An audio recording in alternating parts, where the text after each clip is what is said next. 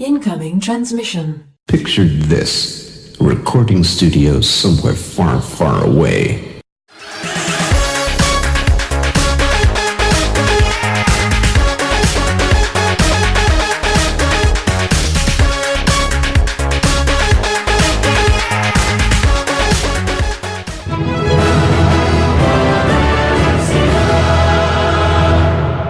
Welcome, Watchers of Illusion, to my Castle of Confusion on the 17th of November 2017.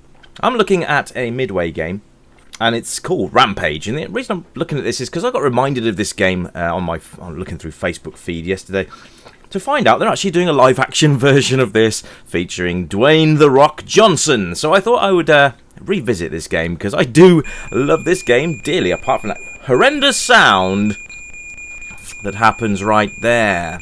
Yes, very, very harsh sound. It's probably the only thing. It's just 48k game. I mean, you can't expect massive things from it. But holy hell, look at the size of the sprites, everybody. Look at them. They're amazing. Consider you can have actually three players, not three, not you and two CPU controlled, although you can do that. So you've got George, the monkey there, or gorilla. You've got Lizzie, the lizard or crocodile, whatever she's meant to be. And you've got Ralph, the werewolf. I'm playing as Ralph on Kempston joystick today, and all you've got to do basically is punch the crap out of all these buildings while avoiding enemy gunfire and tanks and air and helicopters and all sorts of stuff. And to be fair, they've done a really bloody good job with this game. It was an arcade game originally, so the fact they've actually modified this for the Spectrum and put so much into it is amazing, really. The fact that the little background there, you can see little helicopters flying around, that's really nice little touch there. You've got some background activity animations going on, which is really cool. The sprites move really nicely. There's no slowdown, which is quite surprising. The buildings are all various colours as well, so that's quite nice. I like the fact that it's not so much monochrome, so you can just go around and have some fun. Like I said, you can have up to 3 players at once, which is quite good fun when you're crowded around a Spectrum keyboard. As you can see, when you punch some of the windows, you do get goodies in there. Some are good, some not so good. I think we had a chicken earlier on. You can eat the people, although it does tend to drain your health rather than replenish, or not have any effects at all. Things like money bags will just give you extra points. But yes, you can replenish your monster's health. Now, the CPU-controlled ones aren't very bright, I have to say. If they are stuck on a building and it begins to crumble, they generally won't jump off. They will just plummet down and take a massive chunk of health off. So you can see up there at the top, you've got George, Lizzie, and my health there with a score above it. So you always know which character you are in single-player mode anyway. I just always like Ralph. I think he's probably one of the coolest characters, to be honest with you. If you haven't seen the trailer, by the way, for Rampage, it's worth having a look. There's some definite nostalgia going on in there. The other thing is you can also punch the other players. So you can, if you get fed up of George and Lizzie or whichever characters you're not playing, you can just go up and punch them. Now, they were originally humans. You can see this with the newspaper articles there, you know, sausage scam revealed and all that stuff. But basically, it's radioactive. You started out as humans and then became these giant monsters, which is great fun. So when you actually do die, you revert back to human form, completely nude, I think, from the animation, which hopefully you'll get to see that in a bit.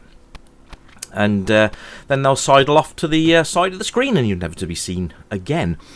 So the game just continually loops round and round and round with more levels of buildings to mash and more enemy characters to avoid. Now, it does get a little bit manic. That tram, by the way, if you punch that, it goes in the opposite direction. It's a kind of little touch, I guess.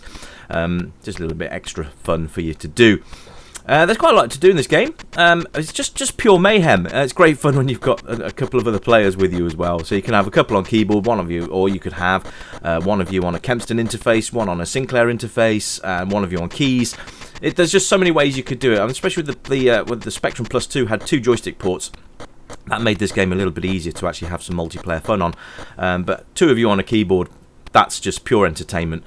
But this game's really good fun, and it appeals to all age levels as well, and skill sets as also. The controls are fairly simple, to be fair.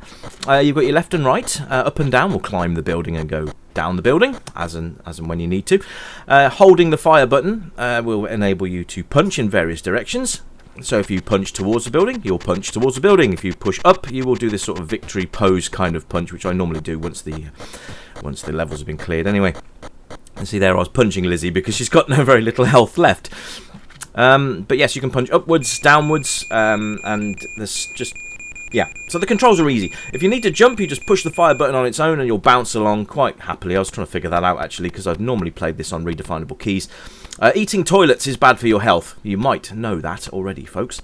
But definitely, in this game, it is bad for your health. Things like batteries, acid, and all other sorts of things are detrimental to your health. But there are things that will perk you up, like roast chickens you'll find randomly in the buildings. And there's Lizzie just flying, just waddling off to the right there. Strangely, humans don't replenish your health. Maybe it's just to say that humans are bad. I don't know. But yeah, there are and light bulbs as well. Don't eat light bulbs. That's not good. So yes, if you are on a building when it crumbles, you will fall down and you will take a health hit. So you want to make sure that you're not on a building when the actual crumbling reaches your character. There, a cup of tea there. My health just went back up. The NPCs don't tend to replenish their health very well. You can have lots of things there. You see, George is about to bite the biscuit, I think. Oh, very close. But yeah, the NPCs don't tend to replenish their own health very well, but they do tend to eat the stuff that's bad for them. I don't know if that's just bad coding or whether they're just meant to be universally stupid. But their skill levels aren't great. But it's good fun to have them help you at least get through the stages, which they will do in their own little way. But if they get annoying, just punch them until their health drops down, or you can just opt to do a single player game. You don't have to have them with you if you don't want to. And there goes George. Bye, George. You see they waddle off there. I believe they're supposed to be nude because they've got their sort of arms crossed in front of them, a bit Rocky Horror Picture Show style there. But yeah, I love this game. It's just so much fun. It's one of those games you can just lose yourself in for a little while. You don't need to take it overly seriously. The multiplayer element is absolutely fabulous. The fact you can have 3 of you at once is great. Normally it's like 2 players, isn't it? But this is great. And it's not turn-based. You're on a screen at the same time. Double bonus. Look at that. There's a ham. Yummy. Anyway, guys, this has been Rampage on the ZX Spectrum. This has been the Retro Revival Show for the 17th of November.